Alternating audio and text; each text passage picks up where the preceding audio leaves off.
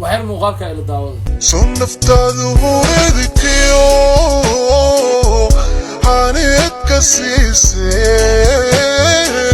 هبتك ومتابي هويو سيدة هويو أما غيرات أما هويناتو قولها جوكتو إلها جوكتو بلد بادي مالكستي جوكتو dareenka hooyanimadu waa hal kaliya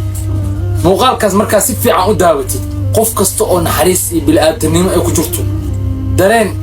oo aan caadi ahayn oo muuqanayo weligay ma arkin muuqaal kan ka dareen badan oo aan daawado hooyo ubadkeedii iyada la kala ilaalinayo weliba qof oo maanta inta u gar dhigato ay ka qaadan karto uusan ahayn sharci ku marayso waxay iyada dhashay jirkeeda ka soo go'ay ay sharci ku marayso hooyada waa shayga qofka kaliya oo bilaadan oo maanta inay wax ku gaaraan nafteeda ka hormarinayso haddii la dhaha ubadka iyada dhashay iyada ha u tartamaan geerida inta adiga dhiman lahayd waxay dooranayaan inay iyada hortaa dhimato si ay ku arkaan adigoo dhimanayo ama adigoo garaaf lagu gaarsiinayo ka waran marka hooyadaas oo cunugeedii ubadkeedii laga haysto sababtay doontaba ha looga haysto oo iyadana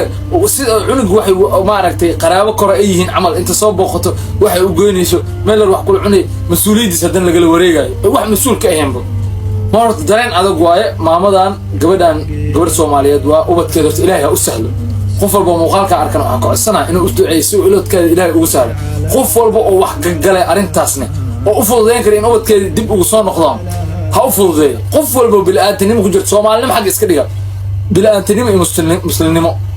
marka waa in salaama muuqaalka hadii aritiin hala sheer gareeyo live symbol